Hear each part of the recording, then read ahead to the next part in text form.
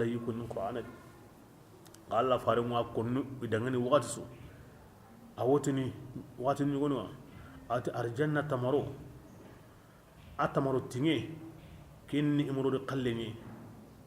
a tamaro dare kinni kandumbe ni aywa jombo arjanna dun gonum peto hatade mo bakka kendi ari maganyete arjanna awa ay tireme aw nyana komi garangine mogomme wal magay qore mogomme an quranta qatinga alli yaginga an kananta bandonga kotentadi yani na difference ngo ya igati tamaro donc maga simma aran tamaro kembana o go tamaro ngoni sunta kundu yiti nyani dari nyani tamaro a jombo ngo anda buga yanta na hotane so halle ila men tabakai mo nyaten tabakai tamaro lungo mo goni aywa anda kana nda koy bandu kote ngadi yani daima adare he komi karangini o difference ngo ni wakati suna arjanna koni hi mo gontay o arjanna lembur lembane aw komi nyogo mendi mo gon suko mante are khire arjanna yitere mi ngana bane kutubane hotana o sunna batendi tamron jombo bane ango sugun tamido hillo kencinadi aljanna him gonda kuma ay megara ko mo bene yaga ma me wari taro ma me mugu amma yang kasare no godi hogo konanda Allah tindo Allah farantindi kini ya li targhib nan kam dai kibal ahu hodo yire ho on tabal ango hollimu betu yire na kun kana ndi kungono ngannan sagay ga iro yire khalle kenta ko ni ho yimbe nga nyawai be ga wadi aranta ma ankuti ngana hukanda tango kan yimbe angan damunda manna wurai ando kusini be nurun dar jannati bismillah fihinna khairatun atiku arjina hilli tanabi hega kandake ati awa jukku sirgabe o kudire hisanun kunyagaru i jukkuntenni i yagalla ken kana haram parenni daiman alla gane yagarin konni har arjanna ana jukkum pula konni hina kenda wo haten suroyen konni ni kemuna yagarin timman dengeni himbe jukkun sirengani a haten kana haram parenni amma aywa haten suroyen ba ne ani jukkun siregan tano la ken tigantehi juku ngana soro hari haten sirega he kempiti basiya nga hotti man den gon ihli ya nga ihli juku yan samina hina ya qur'ana andi arjanna yarun kon neso ana juku siren pola konni kinda o jati nga soro en konni khairatun hisan khairatun yani akhlaqan hisanan yani wujuhan بسم الله فبأي آلاء ربكما اللي كمان دا كان نيما بانني هاغو كين غارن كتن لا بشين من ربنا كان ولك الحمد حور ما فيها اري يغرقو يقول كل يعني مقصورات اي هايندين دي بني كينانو كما في الخيام يوت لسن غندي فبأي اللي كمان دا كان نيما بانني هاغو كين غارن كتن لا بشين من ربنا كان ولك الحمد دي arjanna hurul ayninu yu mek tilligana nan sugu ti qanni taga homa kemme qallinge mu hina yuwoti ni sugege alla dunge wure o yimme dunge o wucce o mabutu hina on tabutu no kare o kwano kara yire on tabaka yire o kwa dumantenni o makara wonta kallaka o kwa nemantenni o bada o makkawanan kayo wa onta kawananka alla yimmero kuma ankuto o jukun sirenni o haten paramparenni o kwani o kina kananunga o ko andara Allah maga o ke konni digamendi Aisha radiyallahu anha ati hurul ainunga na ke koni islami yagaru be kaga karana lo arjanna kun ka wotini o ko an salli aga wuce aga masalli o ko an sumu aga wuce aga masumu o ko ana salliji mutu aga wuce aga masalliji wutu o ko ana sadaka ndenya an kuma sadaka ndenya hina Aisha radiyallahu anha ati ke ganda ko ati wallahi to qilibun bay yagarun bin suni me warati ndendo te nawi aha yani igara himbe ko tugunya ni ko agara himbe ko tugunya qulu aynunu Allah hayra ko mo be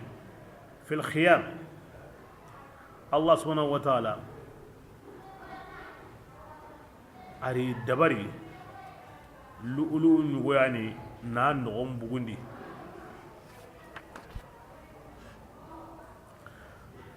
na nyatli se korea an nogo kilonu siki atangilo ye kilonu siki laqib be ga way wuginen jati laqin ne bahin suni kanini tabulin wali bakal arsure na nyay jinga ci tage kenji yai hinne jinjeni Allah kusagra ketli se katu jibane suya holongi khore yu waraqinga kebira itage kemo gadi nan to kemo godi sere mantiya habentiya Allah mabati wajibin di kamma jankina nya ima watu hina ima karahina inta watunu inta kalla Allah gadi taga mobe iwo kundunye iwo toko kundunga ma arjana loyenga naknya wakati kebe himbe kallengan himbe ya kebirenga kengo mumini kenyada gilli Allah gillaga tage iran ken po no gondi awono ho honta mumini na kara ma Allah ga warna kin himbe kenyen akama ngatunu aga kini kinebe ya nanti tago homay garin dangi yagare warhina hari malika ma wari hari kiriman danu be go arjanna me gara warhina ya sawatin maqsuratun fil qiyam i wuce madiga non ko ima howar homi wari ini ke dingira senniya ni kama sennundu ku ya to ni al hurul ain gayalli duna yagaru beni wa karana lo arjanna kunyan suruno nan paramparo dina kuiwa makuan paramparantiya diga muhullo kendi o toanu do menaga ngadigan sahante anna nisaa ad-dunya yakunna afdal min al-hur al-ain bi 70000 dhif digan sahante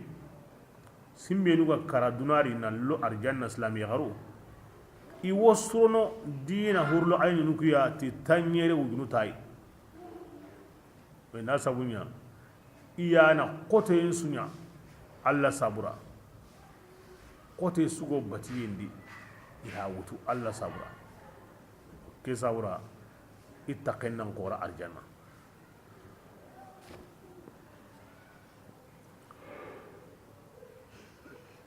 Allah gati waladaina mazid donc kim mazidu yani hon sudi an duna yagarullo halika panga waladaina mazid donc yagarin pin kana jidi wono ina yagaru yuka hamma kuma mbugu dunari kun yagaru ari mahan kutonko na surondi bismillah لم يتمثهن إنس ada mare min ma kun yagaru mundu hina قبلهم ikina nu kane jinnami mundu hina ikina nu kane ahilli kaman dakan nema banini ago kin garan kutun la bishin minna wa rabbina yakzibu wa lakal hamdu متكئين adi kuni tuganu ya على رفرف awabaidunu kamma خضر kin qallengani ina baidunu bay ko qallu وسقا كما نسون الله كما الجنة دنكم وعبقري aro dakabanan tallanu حسان aywa kun sirenni de abqari nyani ho dakabana arabu kannindi abqara de ben yuga togoni aw yamani bangenga qur'ana yanka wakati dakabanan baydonu ni bakanu ni adu dakabanan tallanu allah subhanahu wa ta'ala daiman himbe gantinta o hakrenga hosre ana ken koda ande hosren konnoda himbe gande gantinta o hakrenga hobure ande o wuruni hobure ana ken koda qur'ana yimi hakkanya ni awa me ganka kun konne wandi kenda timmi awa titalikati qur'ana yanka wakati dakabanan ponsuni baka abu haraya kebirenga bila kebi akuna baydonu koni na tapinun ko na tallanun ko aho serenga o bakkan ko be aya nyanga wakati nga araken ko ati dakabanan baydonu ngono dakabanan tallanu ngono himbenu ga o baka abukhara inta baka abukhara ko ni me hosido mo bakkanu ni ken ko tanga angane vaccine ko ni zanditi olande vaccine donc basango bakkan ko be aho siri anda ken ko na ga hay ndan ke make yali donc na suro yen koni bismillah awai kaman da kan ne ma bane ni ago kin garan kudumu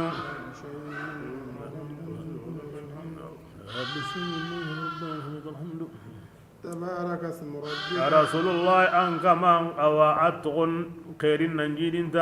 ذي الجلال أياني كلن كاون كمانغا والإكرام أياني درون داون كمانغا اسم كن زائد أهو تبارك ربك أنك ما أخير ننجا بدي نعم اسم كي كهي كان بس أورني الله تغو شؤون متبارك به مقدس الله تغون خيرين قبني الله تغون سنني حسا ومعنى ما نندي أرو يغرن اللي الله تغون سنة حرفني حرف وحرف أن تجمعنا سهنا سري أن تجمعنا ورن نقوم مغنتنا أن تجمع أنا ورن نقوم مغنتنا نندعي بحرف سجونه أن الله تغون واسرنا بسم الله الرحمن الرحيم إذا وقعت الواقعة سورة الواقعة ما كان سورة نين ما كانت أفا بهذا الحديث كتكين آيانا آيانا مي تنكبدو كبو تنكبدو نيرو تنكبدو تموكو أو كنادي والقرآن يعني كنتان وانا ديجي من يكيدي هو كيباني تكون أي كيم بونتان Allah ni bani awalamin na fare bala kutin su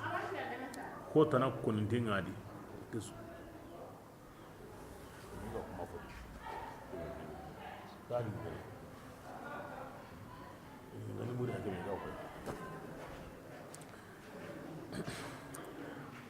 masruq wa ko nisrebe gande ya munda na hananun kibarentu adu lagarun kibare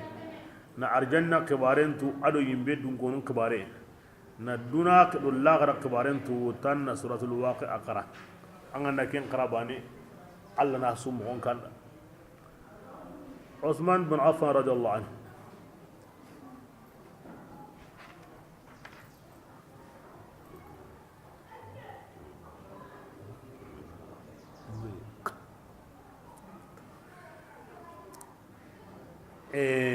ahaygaro Abdullah bin Mas'ud kama Abdullah bin Mas'ud watunte aga fati wateberi idiga samba sukara ati Abdullah ati yalim awa antini mani nangata ati njulu bunye ngata ati yalim mani landa ati Allah hinne yalinda ati inta jaranda nan qillanda dotoro ati jaranda nan nyime ya ninga tundio yani Allah idha marat ati kebrenga anna awantatini iran kuyenali basana anke me krise twana haqqin wona ngawana ngina gai ati ngina mani konni kenda na to ngin tankamma anda riga amma kininga amma kininga bira kebe ngu kala wati biya ngoti an ni nguren kininga ana mani soronda atantara kina halle nyagaru an fati halle atingere nyagaru angen kanna nge kara halle kunna ma nya korintenye ha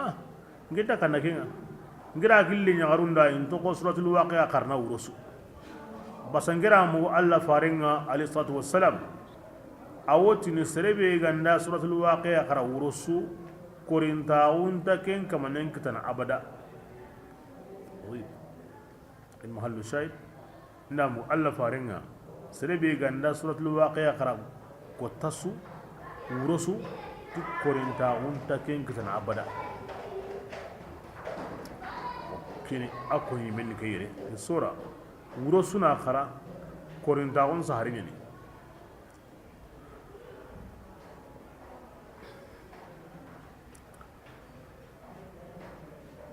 Abdullah bin Mas'ud ke diga mi hay anga tunu ago place biya Allah ma ko an Allah kum watunde manna ngatin junubu na'am allati ho gandan kita anyi mi abaten ngago himbe ya hanaga na ni amanya nan kita kinya gabe manna ngan junubu watunde manilanda ati Allah hinne nyalina Allah gana hinde ko bana ni hon so ken no woni an go woron ho go ken balle ken mu ke diga men no nyeri anda ho ko don ho to kono ngati Allah hinne bare diga ndepe diga logonte ko me ganda ken kita anduna suru Allah rasul watu nde moinde nda doktoron killanda manga korti ati ko ni ngatu niga himbe go ko me sahandi ken po bani yani ngatu يعني الله يعني نتندي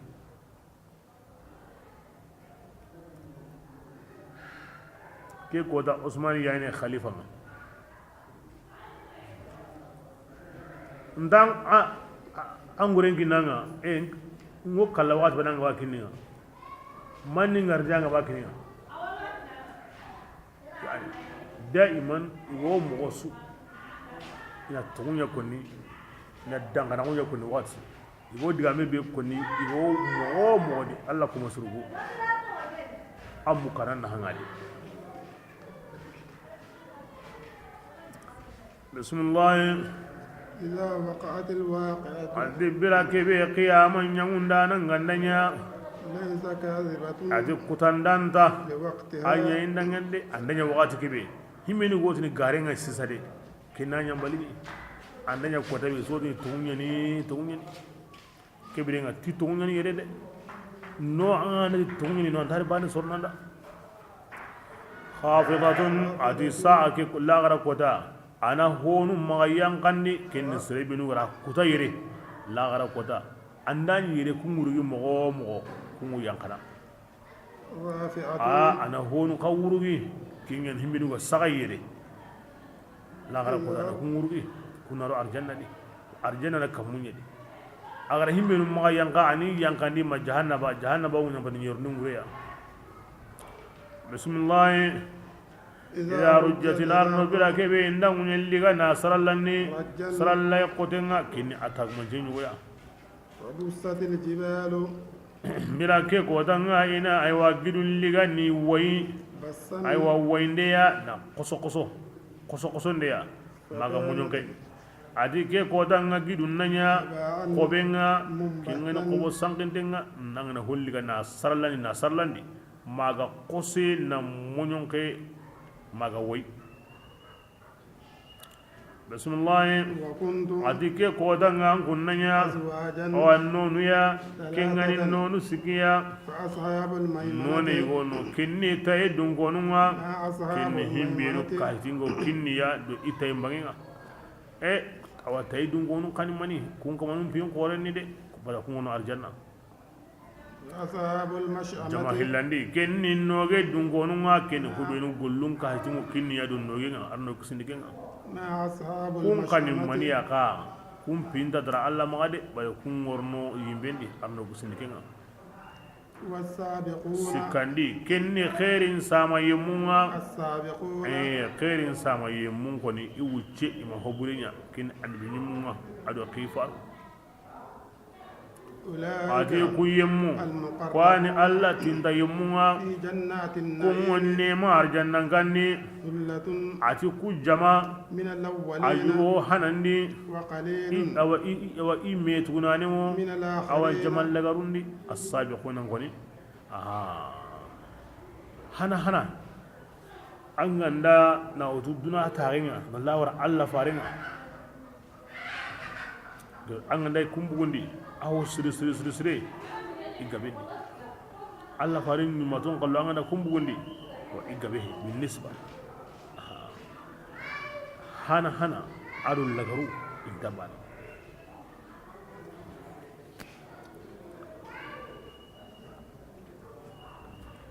aronya na yimi Allah farin ni matunugu ayyin pana hosiren gabenni nga hosiren tanya minari de nga jamal lagare kallenda yimpanan kallen baka as-sabiqun yimpanan di igabenni mo osri nga hilla garundi iwono den kinta gaba koy himpanan mo gombe kan atafsirin wa la hara jamanya na kusikay tay dunke noge dunke hirinda na khore tay dungago kin khairiya noge dungago kin boneya hirinda na khore a kin ni khairi musu kana nginga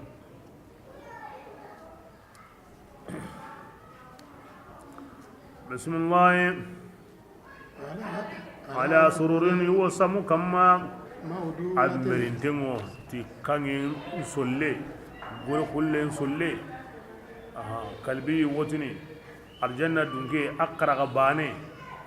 كموسيقى سوغني أجيلوي سرين ستين كما كمو أغنى لا مرباني أو ينقناتي دو ينجموتي أحقنا anda taga kamaga gilo mogo be gallada aw gilo no kana nyakam pakaya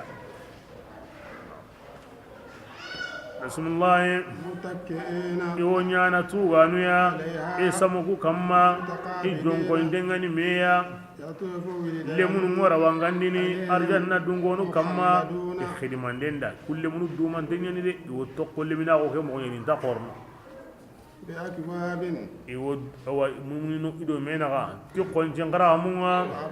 ado awa do me kantangunga وكأس ado konjin kasinunga معين kengo kasini konjin ni me fundi dingranye nan de ko me awa buteli di ma o hoy won gonde ay ina kasunu domaine de konjin ni me kolongenye na wara kange platon kama na yilla akasindi na kini kobu ke kopu be ga wono utu hontai aljanna kopu utu hontai man sawura keni tambe ni waye aljanna tambe ndano utu honga ne kopu nga angen be ga wakinai anga ya anga nga munda anari ga do utu honye angen dalla hena anna agilla na koken go yake manga na kinayi me asir ndia na wutu ani kite munundu wutu hombate sabu aljanna awa e kopu wutu hontai anga ndan kite mamoro no ko no yabane wutu hongo bakano ngari gan anga na ta woni kare bane awtunu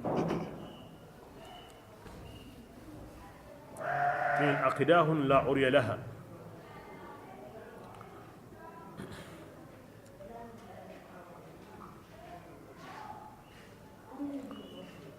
بسم الله لا يصدعون انت يمن كرنا عنها إجماع كونتي كميني ولا ينزفون كم مغبان غانغا أيوة يا كنت جلي انت كردا ويننا اندامين إجماع مني يمن كرنا كنت أدي أمين هلقا يمن كرنا تادي أمين هلي باتران دكا من تان بسم الله وفاكهة aro yitire nkandungu arjannali gilli yitire mumbenu igo ken sugandini an sugandi qalle nandi kyana no sisa ay himbe galanda de kinyan kinana ولحم aro طير kampi ho cewa arjanna di Mimma gilli kampi hombenu yashtahuna. igo kimbe kanuni kampi hoyde kinyan kinniya himbe na lungi meda kampi honu murni na li kampi anyi mendi na ngaso meya ni du tulanga nkini kiyai mbire doroa ndake jindambe yamini ngenta kotanke nga ngiga ni nokobe no nyalle an nokunga kinni na onko ni briranko ni gandenko wotana wotini ngiya kalle nyalle an ko suya be suni mo onko aywo be ganda lungo aljanna dun kenda bane aga lunga sondo menda kendo ahya wure yigande asumbara atla halle bane qotu nakka huma me khari ina kampi na diga Umar bin Khattab ati Allah fare ati ku yelmu wi jandi de an yi bane an kampi an diga no hobi gallanda ku wi jandi de Allah fare ta ati Umar fa akiluha an am minha an ken be ga wayi gana an ken yana lungu indi dinai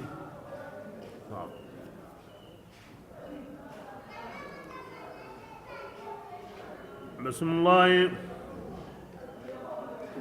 aro yagarin kullu wo idangani iyagal mun barakatenni annati qomi awalulu mu'mi kingani lulus awa ko soundinga ikromendi جزاء atike be ga ko sisa ikrimandi mogo iyiga mogo immini mogo kesuni tugaruni بما hon sabuwa iganya dunani igo kengoli لا يسمعون اللغو inta bataran diga men muko arjanna ni ولا تاثير inta junubu khande muko ko hoggani junubu ya awa sireng ndanga da muko kesre anta muko anyimin ta ko illa qilan ma ganda ina diga mu ya muko سلاما diga me bi gan kisinta سلاما himbe gan kisinta digan sirem baane bataran diga men tadi junubu diga men tadi digan sire digan kisinte kembani ya muki me kunyinde sagandi meya masala sire ewa ho honda halle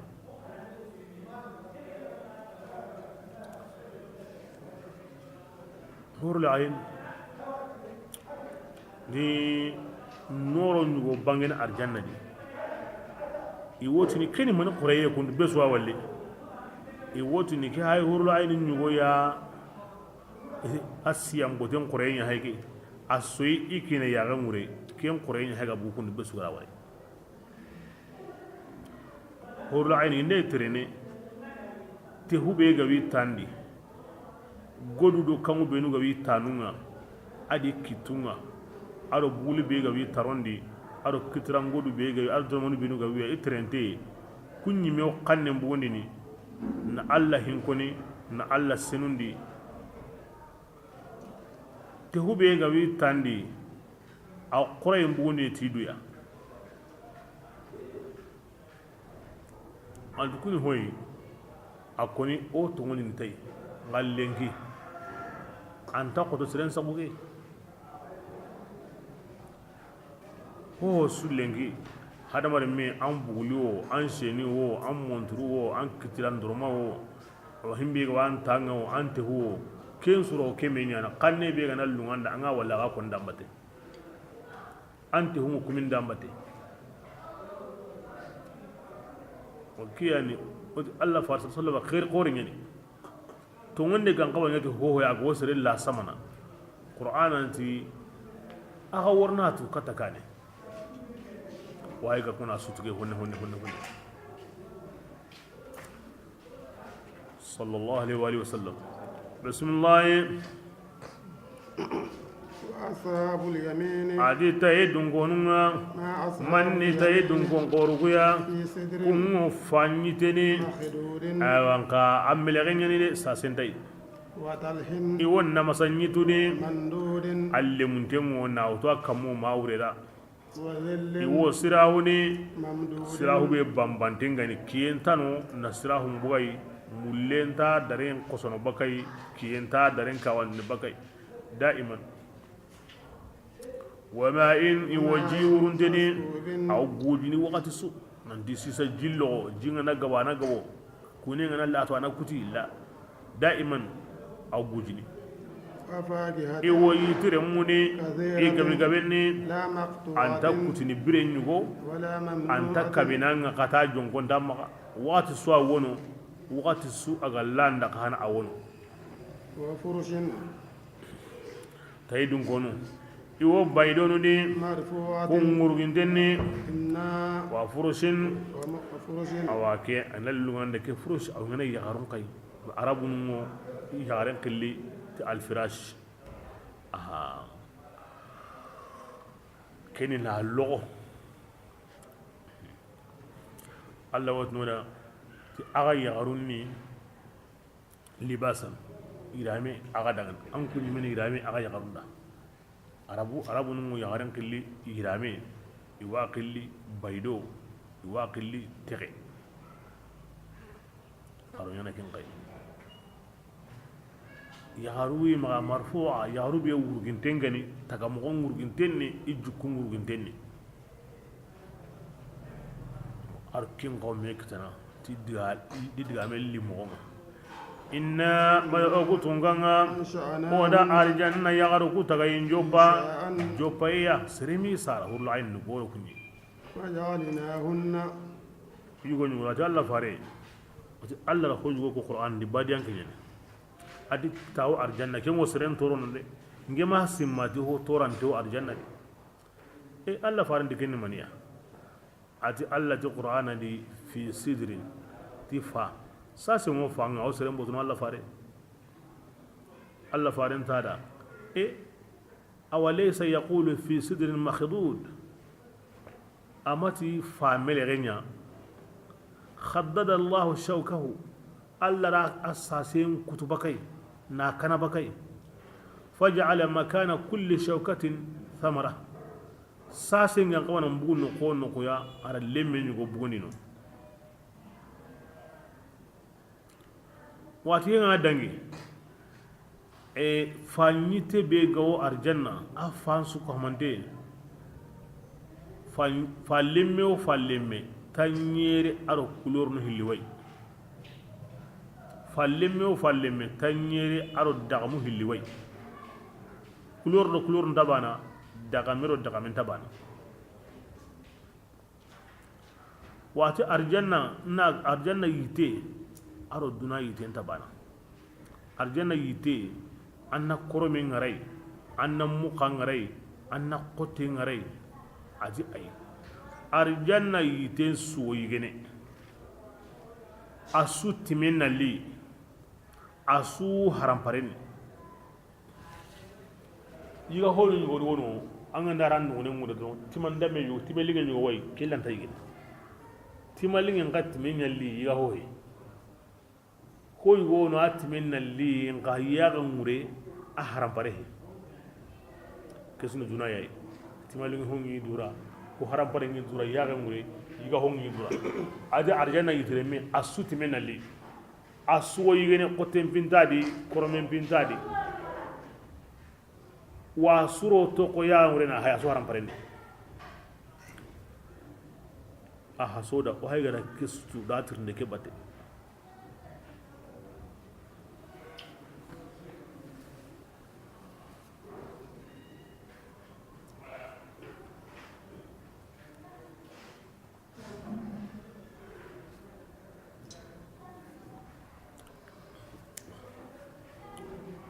nan li wonda ga oganati wa furushin marfu'a nanya baydonga baydo be wurugintengani na baydom bay awa terrain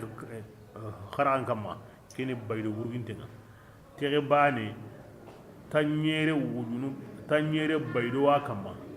baydon ta baydo suturni anya go baydo hananga koy anya go lagarenga mobe a haram parwe amma ganyete awru indenni aw karaga be kamma ay me dabar dengo di himbe kay howru indegen kana to aga ne kinga otin inna agutunganga ansha'nahunna oraduna yaru benuga kara nangundi iga kaso nangatu nan kara o wi tagana insha'an aw tagandi kurumba tane kadi na'am wa kira ummu salama halisengo ke tafsir sembendini oti araw ñana hurlu ayni nunga mami sara Allah ne tagani warano aw ñana ga duna qallu be nuga kara igaro arjanna salama atinda Allah faran tirndi alayhi salatu wassalam ndi Allah ti inna ansha'nahunna insha'a oda yagaru ku tagayin joppandeya kengurin mani ati Allah faran tinda sallallahu alaihi wasallam ati salma kunna allawati qubudna fi dar ad-dunya ajaiz shumata rumsa waja'alahunna Allah بعد الكبر أترابا على ميلاد واحد في الاستواء عتي سلمى كن دونا يغرو بينوغا قصو نا ينتون قراندي ني حتيم بوسون دي ني تشين سوك هماندي نا مكامبوي نا ورما قوتي عتي الله ودو كوني النار أرجانا الله وي تغانا تغامو كرومبا تاني قدي ni sunya wu haqibane ya nyoro yendi inta baka kembo bismillah o kutunga niya o sunya na kusunga urban isunya na awakina kananunga isunya na mille bane ya sahabi kesuna koda kesuna tayidun gonunya da ashabli na wutu في سدر المخدود إن الله ورما يري كسونا كودا تايدون كون لا ورا كودا سربي كلن كايتين أنا كنانا تام تاين كتينا كسونا كينيلا أرنا كين كنوي كلتون أدي تايدون كون الجماعي إجابي مهانا نني أرو الجماني إجابي مول لغاروندي أما السابقون كنيا لغاروندي كون غبي هكاري أما أصحاب اليمين كين غبي نينو وغبي تجلينو وكسون آية نويا يقول سريحة خيرين تاغوني نندي الله كمسرو يقول الله كانونو ومؤمنة من تونو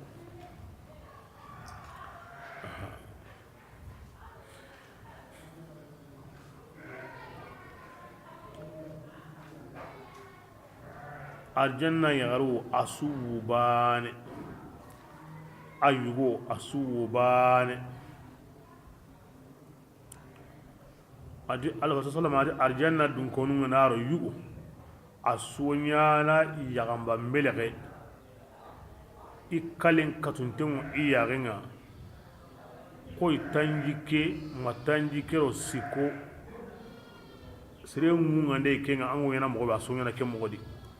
isunyana o haba adama taga mo maga tandumme sogonye gilo endi sogonu nyeri barakato yendi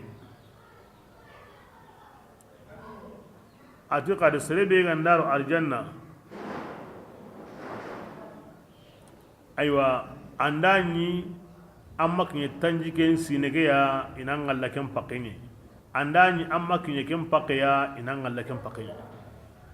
wa yimben dun kon kahano walle kem pakeya angande kem pakeya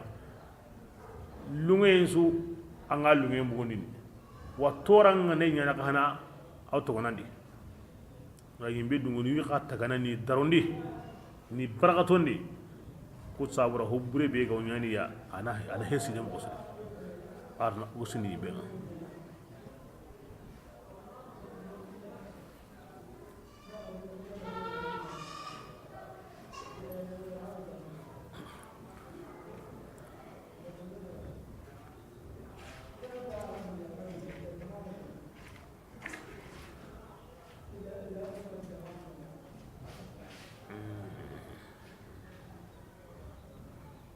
الله صلى الله عليه وسلم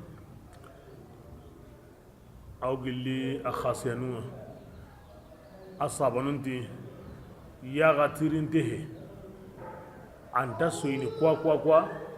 nga aw munyu aw ishawarni henundi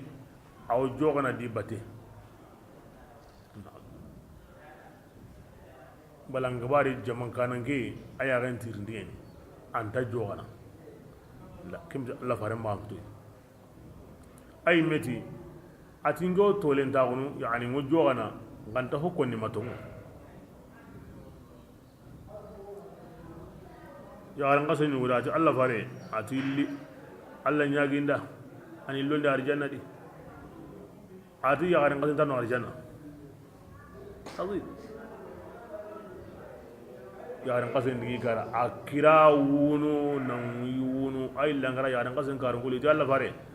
eti gilidaro yaran abuwa maire awi wunu ille karaya wunu ati maniya ati ri tanna Allah nyagire illo arjanna tandi yaran kasan tano arjanna ati na akhirini ati joga dambatiya hatunyande allati inna ansha'nahunna insha'an waj'alnahunna abkaran urban atraban hakaza allati o sagini na taga na ganya limunu na ganya kusunga na ga sunya millen pakabane tanjike matanjike ro sino siki adem yaran kasede wa ati kenya nin adi yaran kasentar yani Allah ga nati wallon arjanna an kasekentar awanya na limni na londi adin se hewure ni giye kewda hanke na yaran kasen kasukendi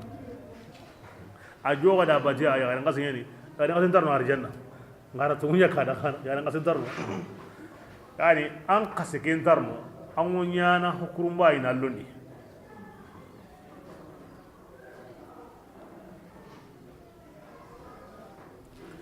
yarin yura ati Allah fare ati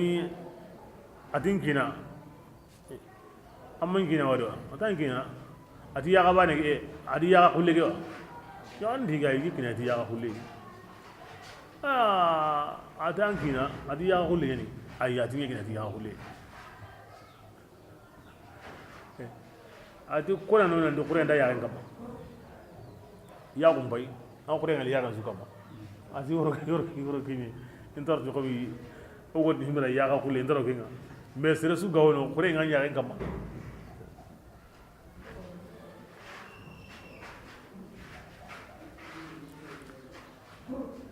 Allah fare bini ko ko yen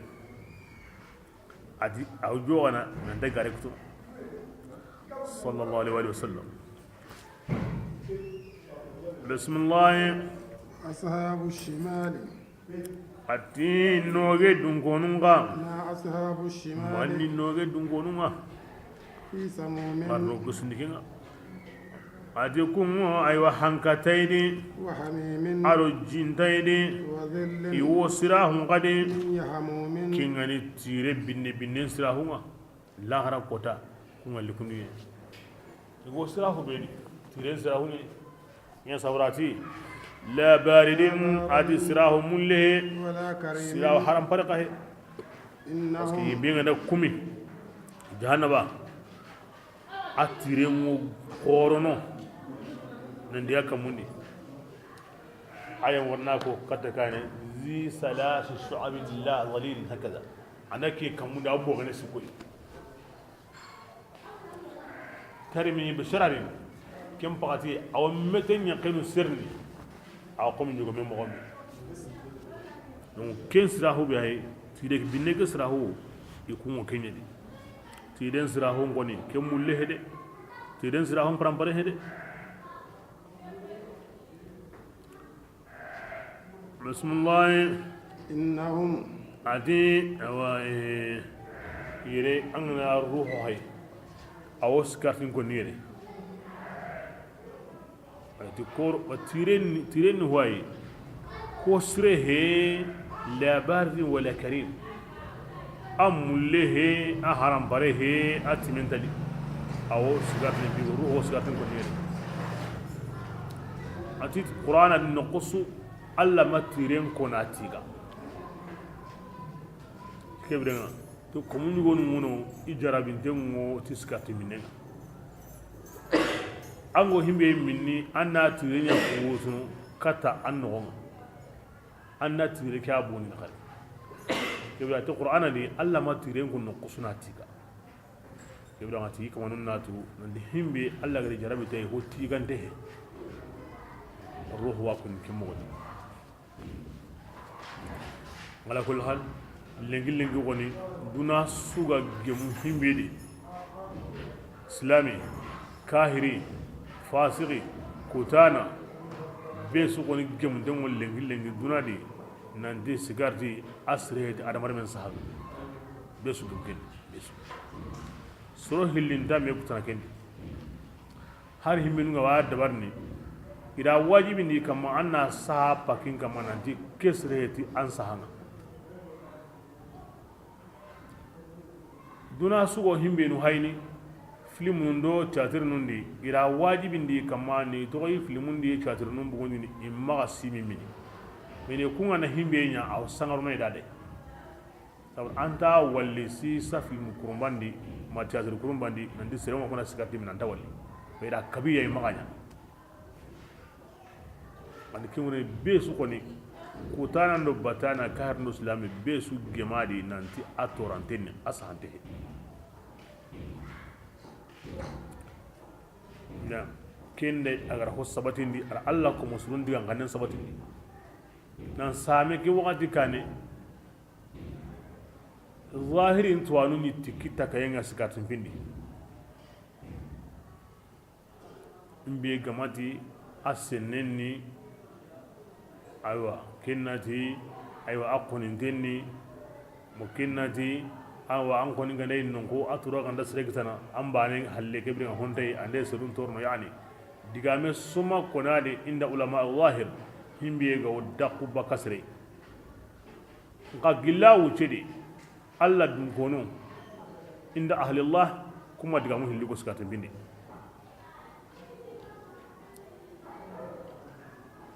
iti anta gemme a haram tenni ma digamu hilli kadi asenneni kendo haram tenni kunta digambani e gidi mbare angar ndenga senneni me ken wasigidi haram deba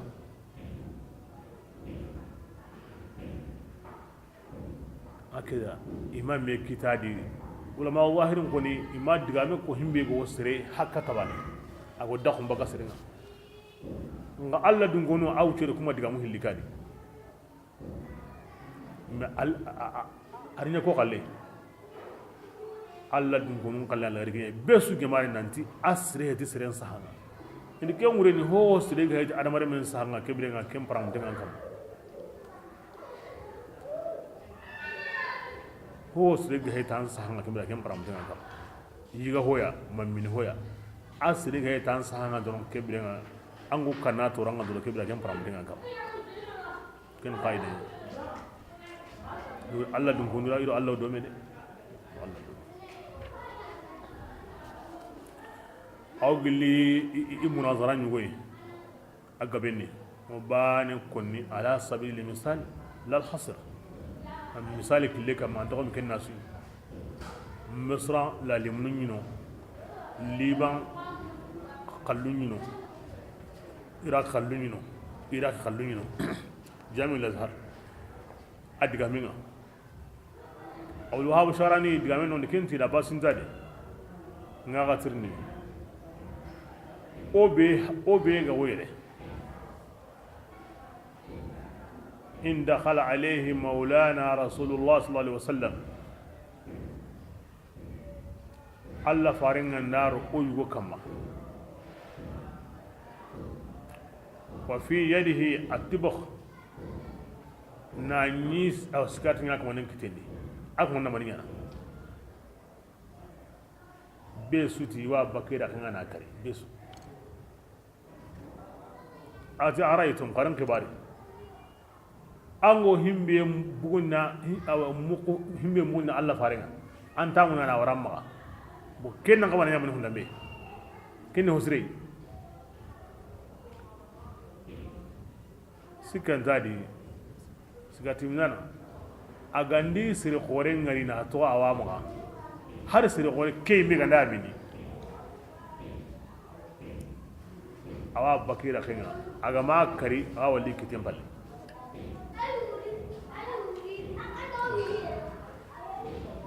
angawa munda awa anangari hi wonuma anda kunya ya gamure man sabranta munda an ke waranya gamure man sabra kiwa ko ni ati gandi ya hala kullu hal haqiqatan ati gandi donc kuyi me ngabuno mala kullu hal alla gari alla ko musurun qalli ati gandi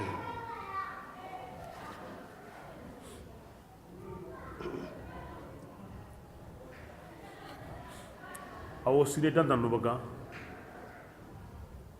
adu sigarti minen be ko kota ngono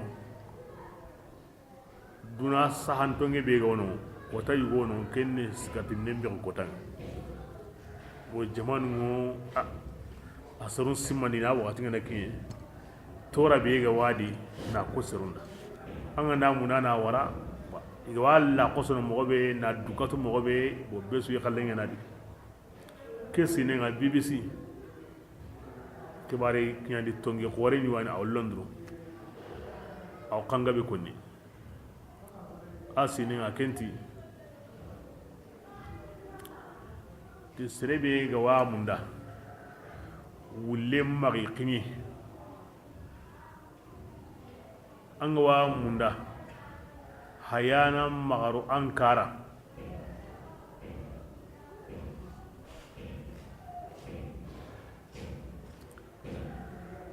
aywa ken kamane an nasigati mini ti kamo basa an gane basa ibe gane sigati mini ime aw wili te kono nan to te kono kombe be hayna warno no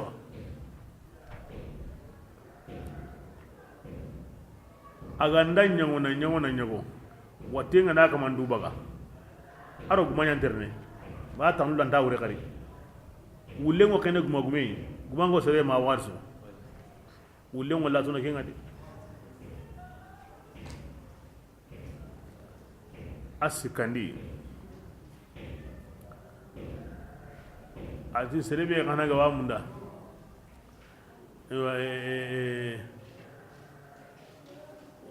mungu kenga honne kin kwan kin wa ko ina zo andi simina na anda wu kana wuci na kala ala ko sikya ko e kulli gora sen da munda hayana kulli kam ngana sabu ngon yenna wuti ko nya batina anda ke munda wa taw ken Allah serenga ngo winti ko Allah wulle ma yan kinya ali be sura nga gumanga yin kiteni na sabu yan tallan dimure mana wate ngari nga simi ndal serra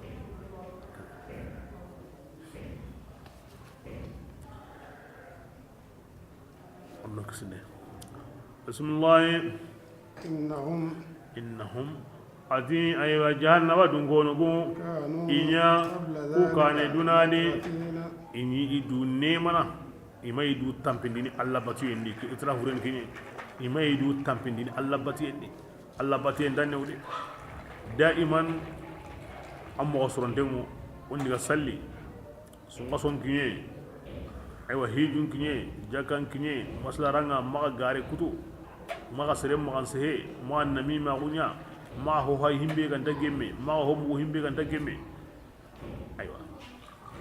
kebrenga kanga ndandu ne matiken suya amma ndu tampini na kutokono kebila ke mon yan sabwe la gara ko tan ko te awake nanga na sigindi tiren sira hunga awake nanga bismillah wa kanu ati kunya dunani idu mandengo junubun kamma kengani junubu qorenga kenni mani hillaka penyani junubu qorenga angana dume ken kama nan kara ken kama ken kawo tire burengulo sikke kenanga wa kanu inya dunani iwoto qotini yallo ku ganda kara o ganya turaban sejuranga aro ganya qoti mun qontonga la mukhrajuna yalli ukuna bugu khariwa insha konni aw abauna alawwaluna muhaba hananna bugu khariwa yani isikandini wundindendi ken ko ina sabu ina tire buren sikke ngasrenga qul amwatni dangani إن الأولين كبيرا جمال بلغنا قالوا جمال لغرنا إسوني كهونيا كتا كوتا وغتيا كنتو ينتمو الله مغادي تكهو هنا الله مغا أدو لغري هم بيغو كندو مينا غمي سوغرا مينينو kem balle angun kafirinu ina ya samundugu angun begani ksa angaran kutu yemunga akodanga angun nanya yigani iteya kengani zakumi itenga kingi gena kamo atawa yigana de nogonum pakkanu nagai ke yite bureya فشاربون ankun nin minnanui ke yite bure kamma gille jintayenga فشاربون jintayen kan minni kammogo agana mini شرب koy الهيم ñogome dakkunte mini mogomme yani ñogon dakkunte ñogome bito karagi dange ama mini ken mini mogo arabuni mu kentu wagana minni ken mogo ñade de heym alhiyam e ñogo ngate ñugani anda ñogome liga jinta haka angana togo jinga awa minni maga kara arabu nu kentu iwo ñugamentu ati jindaye dakunga te nganda ñugomen liga ago jimini mogo bele wa jahannaba dunke aga wa minni ke mogo yadi andok sinime bismillah hada inati ke jindaye do ke yitebure ke ani yawa imu kembasenga barajinden kodanga نحن ogo tunganga ko anan kun taga naga bugu fuyendi فلولا تصدقون manni aha ganta sakai kebera bugu fuyendi nanti arawo kadi an tagana manna ngada sakakinga ke ko newdi hakre nyimeo akoyni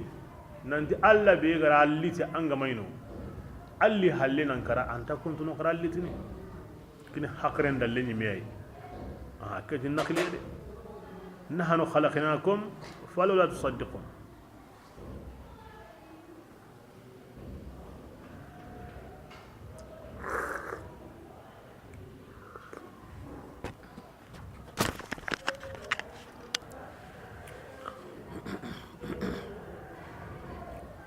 بسم الله أفرأيتم هذه قرن كباري أنكم بينهم قدي أنا كرانتا ونين قرن كبار كاهرون ما قدي هم بين تمنون أو كم منيون ولا لين كان دي قرن كباري دي منيون على لين كان دي أأنتم يلي أنكم ينوا تخلقونه أغانا تغانا يا هذا مريم من هوا أم نحن ما أقول الخالقون تونغانيا نا تغانا كوني ناغتر نحن أنا توقو تونغانا قدرنا الموت oko ana kalle ñugodarini adame naxandini وما نحن o kumaya nanti بمسبوقين kome wo hirni de lalala kin oko ana mani intagana naña horenga naña ciya kunturunga naña adamaremenga on dabbiri xa kallen no ko a maxa himbe kallen paxatinga ne ke bitaqdir ken kamanengo kalla komento samana nan kara kota makñene la nan wundi kara kota ngan la konta sareni wakatin kane konta kalli wakatin kane bismillah ألا أن ko magandini نبدل أمثالكم kebirenga aywa okurawo o makkanye ona an kun parago aga nawra aga batendi konta kanye ne kenga ننشئكم ona an kun taga فيما mogoni لا aga nda تعلمون mogo betu ora wan kunyana sanum kununga naganya gijim parunga naganya taga mogoni aga nta kebetu anto kanya wanto kanya naga ona hotana waraga batendi ga bismillah ولقد علمتم بدان qanago an kunt awa an kuntu tigi taga mogonga taga mogo hananga agara kentu de nan taga jope mani nye nanya horenga nanya cien kunturunga kendi nallinya lemme ngana sai ago kentu mogo bede falawla tadhakkarun man aga tasimine kenga nanti kara halle alla be garan jopa ke jopa mogo kaba kondeni kenta kontonu an sagandini de أفرأيتم karin kebari kari kini aga taga mogonga aga man kallena de karin kebari himbe تحرثون aga o ken sogono ago himbe tipi karin kebari أأنتم yalli ankun soganu yaniwa ankun yana asenu ni na qorondiwa أم نحن ma ogo tunganyini asenu ndanunda qorondananga koni soganu fil haqiqa to ngengo himbe magani wa ma alla ni soganu fil haqiqa karin kebari tungunda angana danyani soganu ayar himbe ni kuna makenya de anga makenya alla ya to ni soganu law nasha okutum kangana kanunu لجعلنا koni sogo nyana ختاما ko kante ya فظلتم kembere nga soganu aga ni kirana تفكهون aga na aga kitunyi la yilla gunendi إنا aga na banan se aga na di okum لمغرمون ke yiri ko ne tambon ko so kanenga بل aga na di awara نحن o ko ne yiri محرومون Allah ro ko ngobor yo ni me ba anga so hon agi honne bane amagura wuto akawa so wala na di tenga kendi kiti illa illa ndo banan se annan kitu illa illa me tambon ina nda bulle ngirni na mere mutu tambonga aywa subhanallah so asun tambonye iri ko tambon ko so kanenga iri ko na har bane kita ngo banan se kebira himbe ga wasinundi na qorondi na hunjundi kebira kenye sogana aw tambo bakanga ango hukutana bismillah أفرأيتم adi qarin qibari الماء yalli jinqa الذي awa jimbe تشربون an ka aga ke jibe minni qarakin qana qabarin kindadi aga min ji أأنتم yalli an kunyaniwa aga na jige yankandiwa bakka tabulini أم نحن ma ogo tunganyeni ji yankandanu ma qarakoni kona yankandi لو نشاء ogo ganna kanunu jalina oni aywa jikenyana زجاجا sapinte nyime wa yankandini na sapelle aranta minni ولولا kebirenga تشكرون aganta Allah kufana agara jinkina agai nan tlaqari na nya aro miniya khari da khara Allah kufa ke ngadi أفرأيتم andi qarin qibari النار annatani yimbenqa التي yimbembe aga wa kumunu أأنتم yalli an kunga أنشأتم an kunyan sentindiwa شجرتها aw ayiten ago paka yitubenu ango gunnendi yitu sugono allo yimbe mbundi ne nka e faruno markhon ko honta kumbaka ke balli ho kaynsu gunnen tuwanu wo yimbe mbundi ne kebiren a hay baka yitebe kona da bari yimbe ke yimbe kona radi yimbe nta ko kaymbini ko kaynda yimbe kalli bismillah أم نحن ma yalli oku tunganyeni atagayin sentindanuwa نحن oku جعلنا ko yana duna yimbinya تذكرة lagara yimbin simandi hoyde ngana duna yimbe ke wari annenga na katanga bane awara anno kube tawye be ga wadi nyamoy be ga wadi kebrenga yimbin hana adamare menda ana simmandi lagara kallenga kina hana hina nanti ke ila mete nyake bani a wutu jahannaba di na kari hangun yeri di na wara giren kama kensu a kampina ndiga a tawbate be ga to giren kama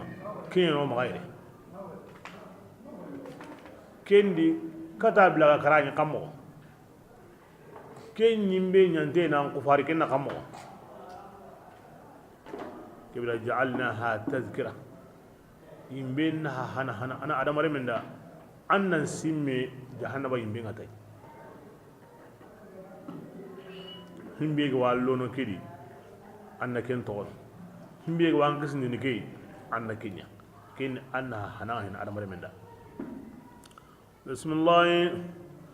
wa mata'an uranya ay waslahan dai للمقيمين bakkanun dangani a waslahan da yimbe ni slahan da an gana alihwanyan sirebe go baka kampalle nga kebirenga akawangin nukube jintanu funti hontanu ho hontanu wani kena alqawa bilqasri walmaddi bo sirebe wura gullaga durondi ando yimbe na diga an gana himbe kita anna sorotai anna qurayn bundi tai anna mulem bugandu tay wo yimbe ni slahanda nyugo ya tirana ma ngo bakadru anna yimbe nyugo to ko yana yakinga aram ganne ni oti qotu nyugo ngadi yo mana gabe wutunu al munkawi aram ganne ni ga aw nyana e korintenga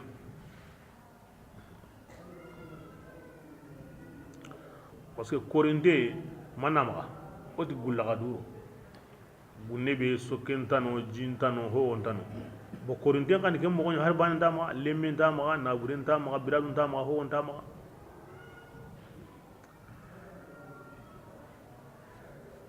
ke mo bani yani al munqwi aw nyana semben ten kay kenni manini inna bure gume ke birenga uganda hay watu Allah diga mini kaba kunyi aw qome agati ira yimbenya slahandai bananda miskinenda tagananda adu tirananda be su wonna hinetai kona kuri himbe nganda hinetai ara qote bane koni al muqwi ara manganda wona kisuya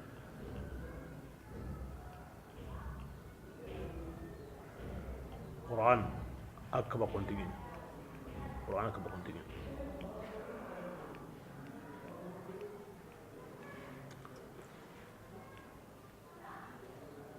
بسم الله فسبح إلهي أنا مريم الذي لا نيم كيانا ني بايناون كيانا أني مدي أفرأيتم ما تمنون na kuyanga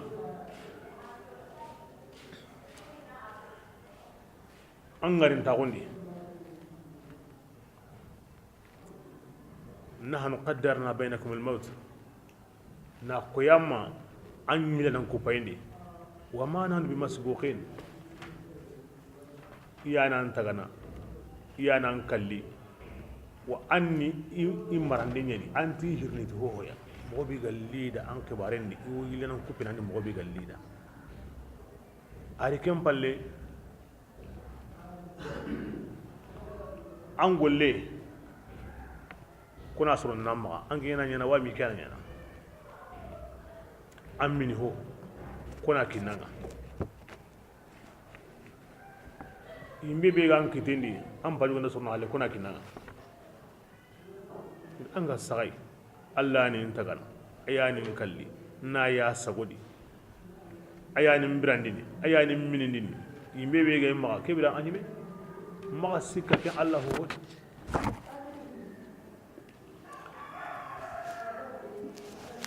an ko benu go tu nem tu toyi kebira khara hayde bismillah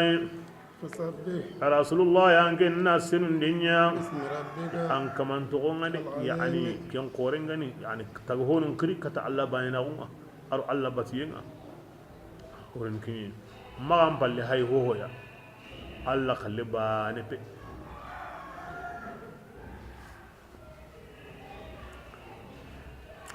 bismillah فلا أقسم Allah ta'ala dingo kunana بمواقع النجوم tisanu kenu dingiranga la kini zaidanga والما فلا أقسم يعني فلا يعني فليس الأمر كما يقول الكفار كاير نغوا كوني مكوبي كيمبي ناندي وندي دينتا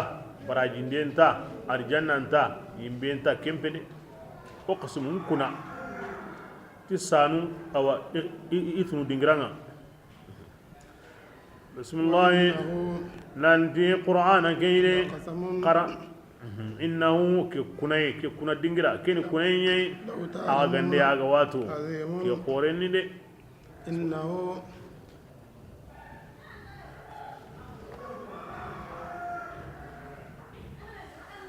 لو تعلمون عظيم لو تعلمون عظيم لو تعلمون عظيم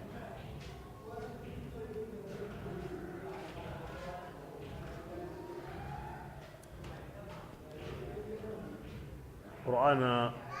أما هو تغنو تغوي مغرا أصمين دادي هم بينونغا ودي كنا بلانيتنا كموكي كموندي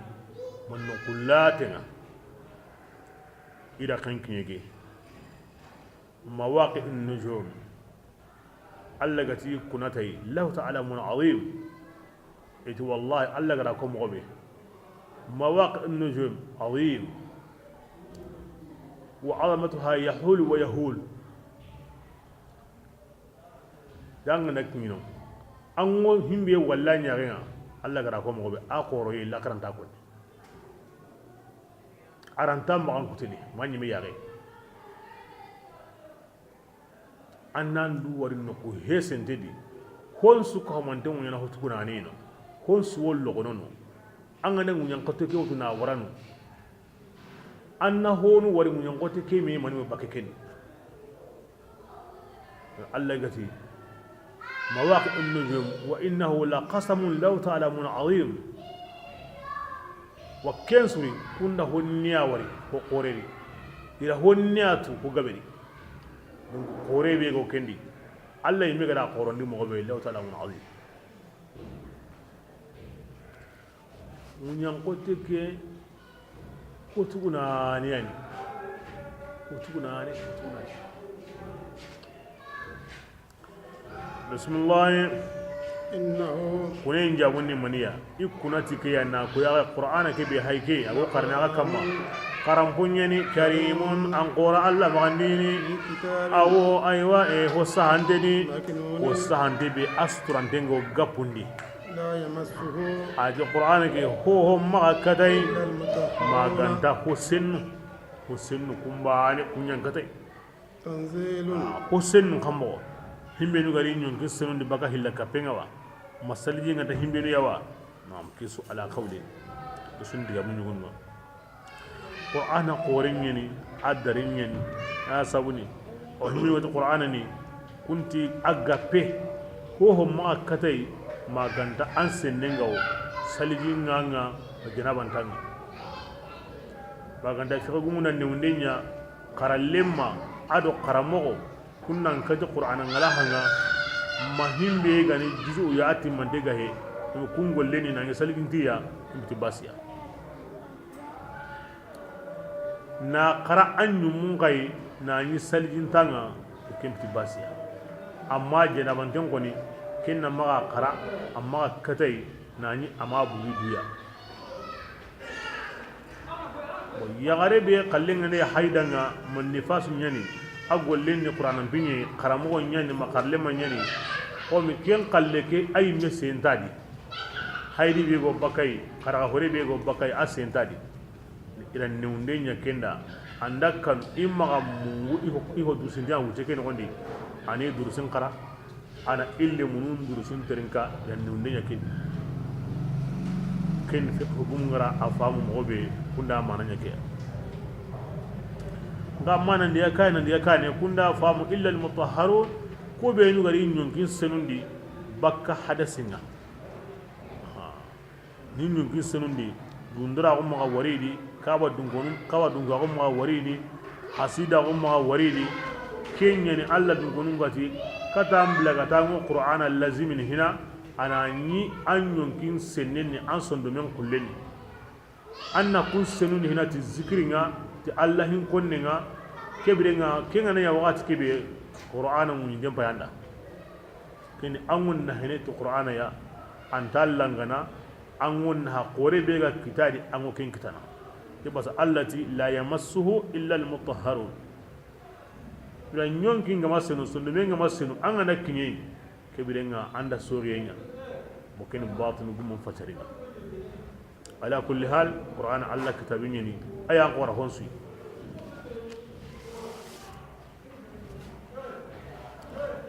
bismillah qur'ana ni yang kahoya nangri tagahonun kama allah kini makan sura nyeni qur'ana ni allah kitabini lakinya koyni na wajibindi makan gondi allah farinda kuti yimedi bismillah afa antum yalli ankum darin duniya tike digame hen qur'ana ya na dari na logo na kutan kun kenya na ba digan darin tin maniya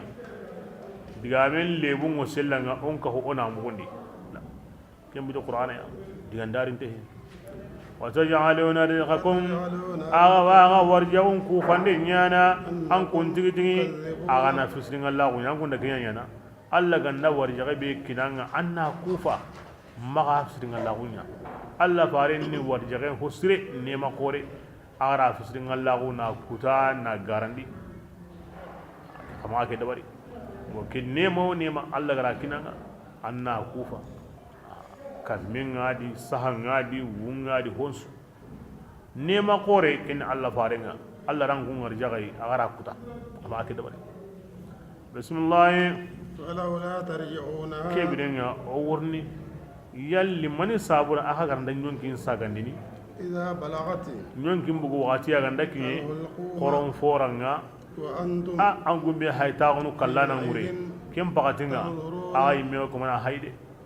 ونحن ogo tunganga ko yantinda huringa منكم awa an awa adina an kunga de bil ilm an kunga nda kona urede nga okwa tu dinan dan kunga go mo be nga an kun hadariyam mu ko لا an تبصرون kun ya gen takinga an kun takin walau la tarji'una man ya ganda nyonkin sagandini agandani nanti aganda kamana adari aganda ina aganda wundini ibda kini illanga akuni minni gay angati angana karanta wundini aywa an seren payde akarante pay an taunde njondi an me watu akamana kara angata anta wundini kebirenga nyongi be hay kamana mbugari an jondi magasika mbugude nyonkin sagandari amma abu ni ke ngure namani aga karan jondi amma kata kallen kabana kebe himbe gara karan jondi antalan kenda antali kallana keda kenta kondono nyonki ke sagandari qaride yani ken dalil aql ken haqren dalil anga makata sikki nyonki kembu abuan jondi anti ga intadi kendi maga sikadi himbe gara bugundi arwaru ni qatari Quran daiman ande seneti kahirunwa aseneti ya hakren dalle hakran tenni me gotun a tongu nyime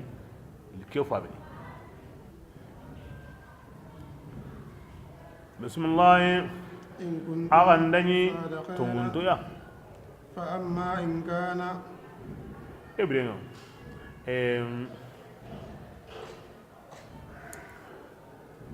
na wuninden kuta